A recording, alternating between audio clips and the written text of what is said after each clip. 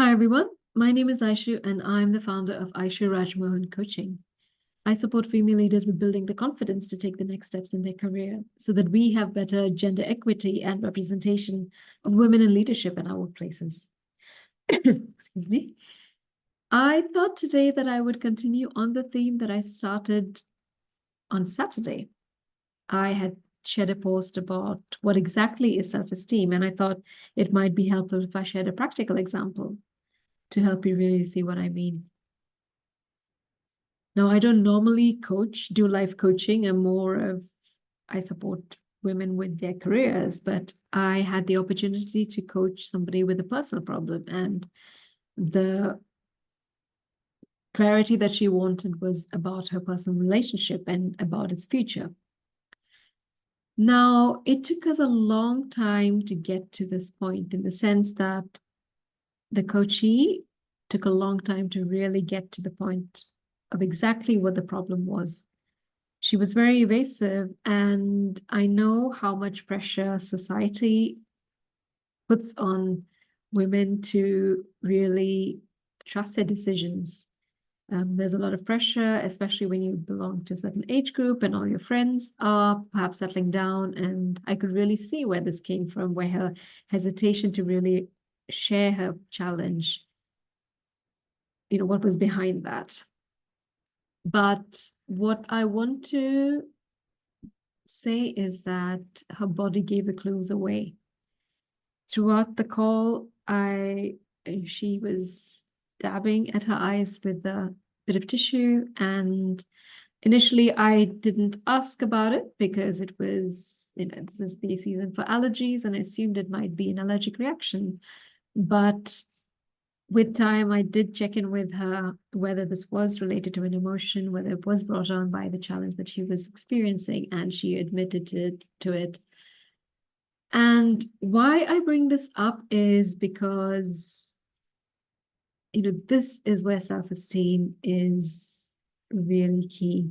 It's not about being confident in making that decision. It's not about being confident to see yourself as somebody who is ready to settle down or worthy of that relationship.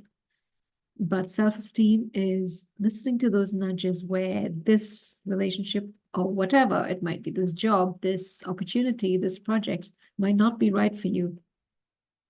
And then trusting that.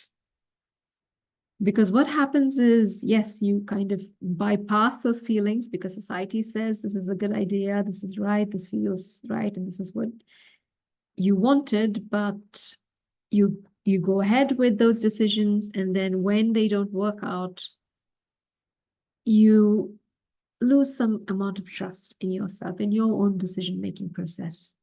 The first person you blame is yourself for making that decision. So I know I'm sharing a very extreme example, and I'm really glad that the coachee brought that question, and I was able to help her unpack it through the coaching session.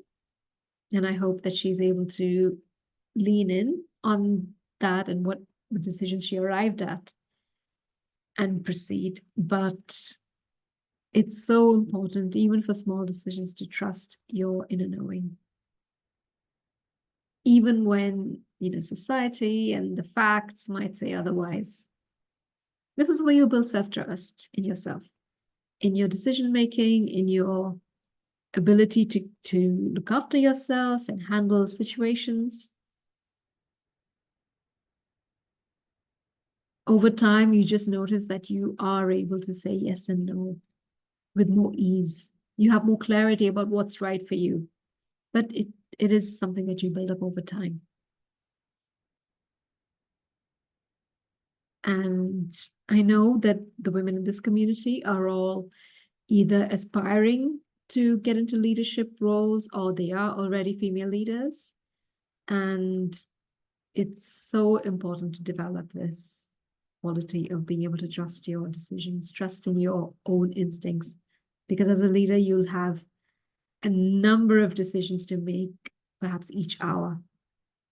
And the better you are at trusting yourself, the more you will be able to approach decision making with ease. So build that muscle, build that, build that habit, or it's not even a habit, it's so very vital. It's more than a habit.